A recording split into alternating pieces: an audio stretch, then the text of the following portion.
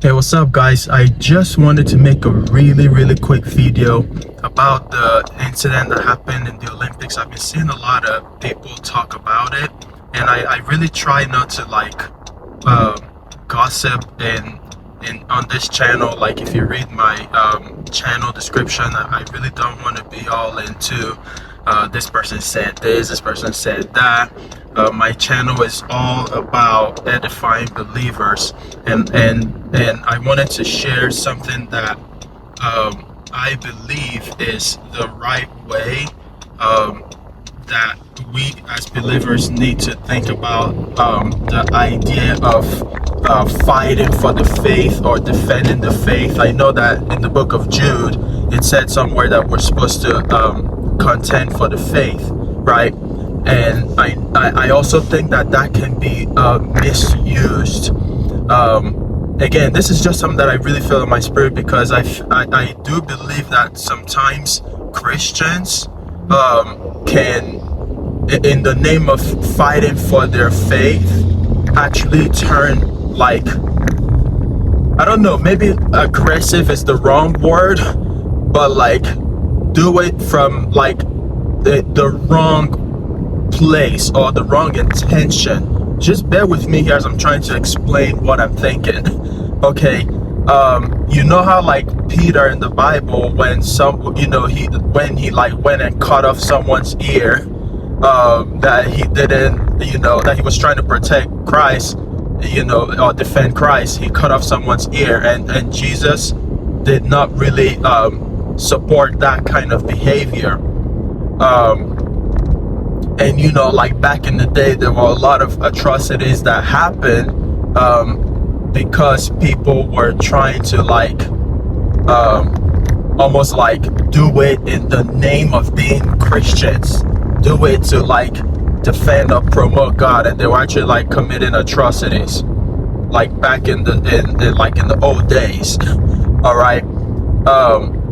So there's something that about like fighting for this thing that happened in the Olympics, and actually just understanding that this is what the Bible already tells us is gonna happen. Like, people are gonna mock Christians, like people are gonna laugh at us. It's already a given. It's not gonna, what we do does not make sense to the world. What we believe does not make sense to the world. So like, it's actually like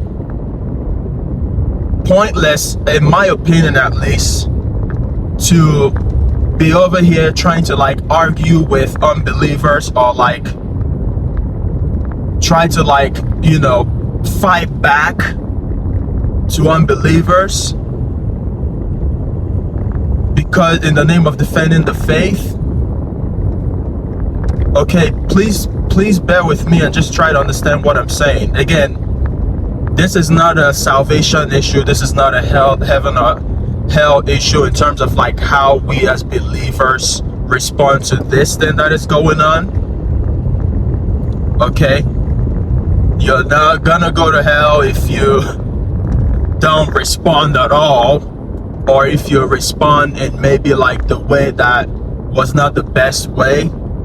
But I do think as believers we should still try to like guide our decisions with the examples that the Bible has given. So when we're told to contend for the faith, I think about it more like preserving like the true gospel, not necessarily like fighting against people who don't believe in what we believe in. So that's where I'm coming from.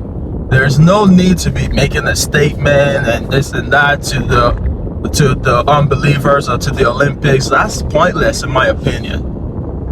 Let them laugh at us.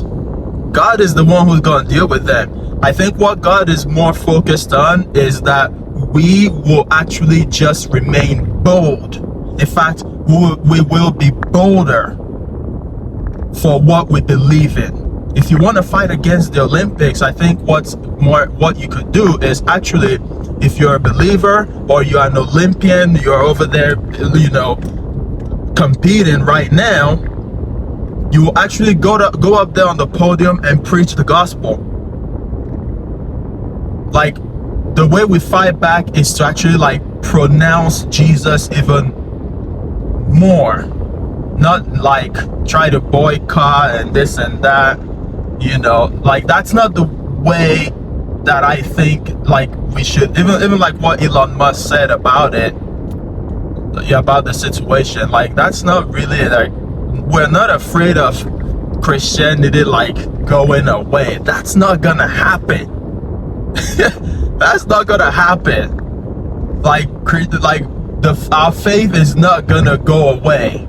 Like it's not.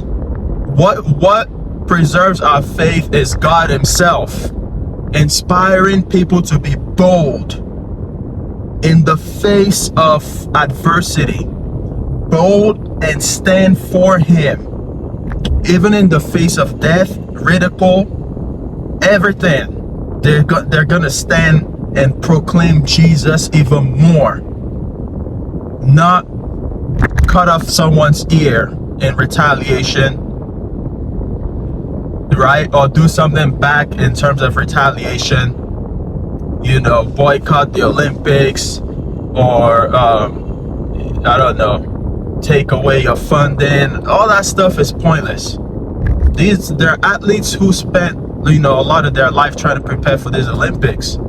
So we're just gonna boycott it because of something that some you know, group of the organizers did. What about the innocent believers who are competing in that tournament?